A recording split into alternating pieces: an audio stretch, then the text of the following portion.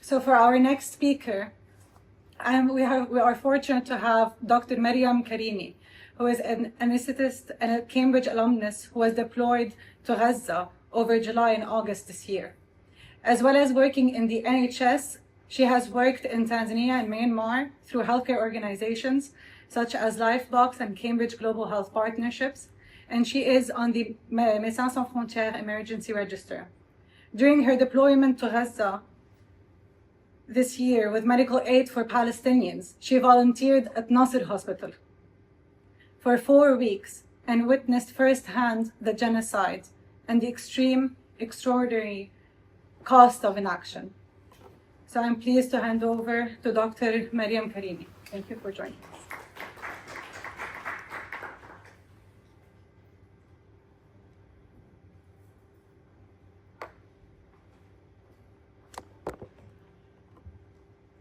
Good evening, and thank you for being here today.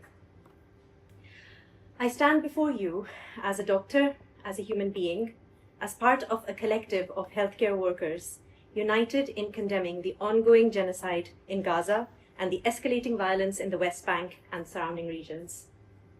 I will start by outlining a few personal experiences. My time in Gaza was surreal and otherworldly in its dystopian horror. I routinely treated children under the age of 10 who had been shot through the neck, through the spine, or who had other grotesque injuries inflicted on them by the Israeli forces.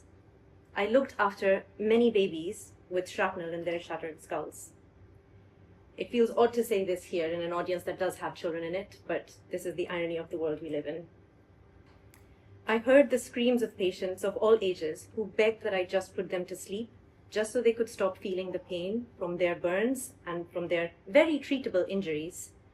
But I was helpless because of the deliberate and calculated blockade to medical equipment and supplies. I saw volunteers in mortuaries gather dismembered remains of people, children, in bags, trying to give their grieving families something that they could bury.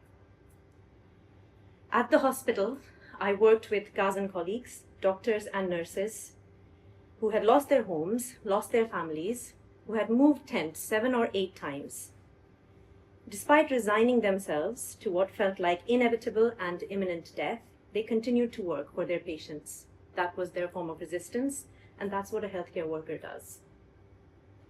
I treated many, many children, like Sarah, that Hanan will appreciate what I'm about to say. But Sarah collapsed. She was a 9-year-old who had queued for hours in the scorching desert heat in July just to collect water for her even younger siblings. My time in Gaza felt like I was trying to hold water with my bare hands. Every effort to heal, to treat, was eclipsed by the relentless pace of destruction, as if the act of saving a life was being undone faster than we could actually act. These are not isolated events or abstract tragedies. I'm not telling you graphic information just for some effect. This is the routine reality of life in Gaza. None of the 36 hospitals in Gaza have evaded being bombed or raided. This is not a coincidence. This is intentional and systematic. I know these words may be hard to hear, but they have to be said. What we are witnessing is not a distant human tragedy. It is happening right now, and it is being actively sponsored by our governments. Speaking more broadly now, as healthcare workers, we are positioned in a situation that automatically mandates our objectivity. A patient to us is vulnerable. They're reliant on us. They are stripped of any political, religious, social, or ethnic affiliations. They are just human, and within that, they are to be valued, they are to be respected, and they are to be treated. That's what makes the inhumanity and injustice of the current situation, and it generates an outrage and shock to the worldwide healthcare community. Amnesty International last week confirmed what we, who have witnessed what is happening on the ground, already knew, that this is a genocide by definition, by evidence, by intent, fully supported and legitimized by the US and the UK governments.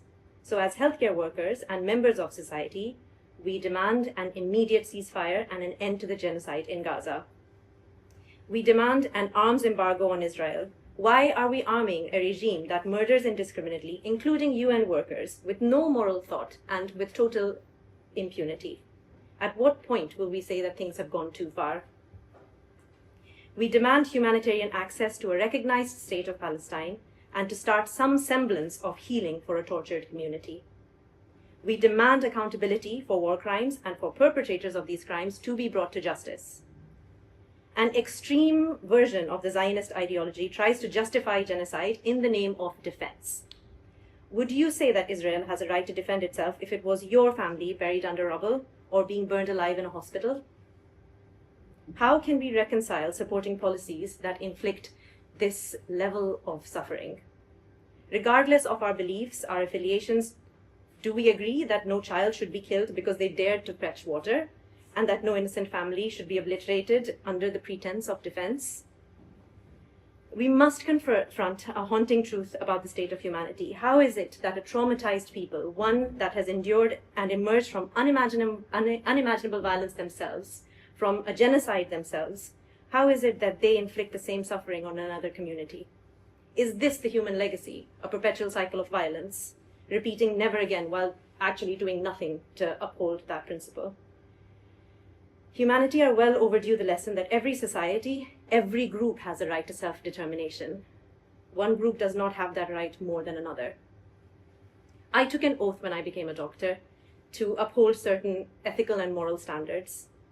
So to the leaders who are supposed to govern us, I appeal to your conscience, to your sense of duty, to your morality, your humanity. I just implore you to have the courage and stand by principles over profits or over partisan politics. If you do nothing now, please see that this human suffering will continue to traumatize generations, and as a whole, we will never be secure. As for my Gazan colleagues, you will never be forgotten. Your suffering, your dignified sacrifice is held in the hearts of every healthcare worker that witnessed and worked with you. We are with you. We are not neutral. Please, let this be the moment that we stop. Let this be the moment that we take positive action.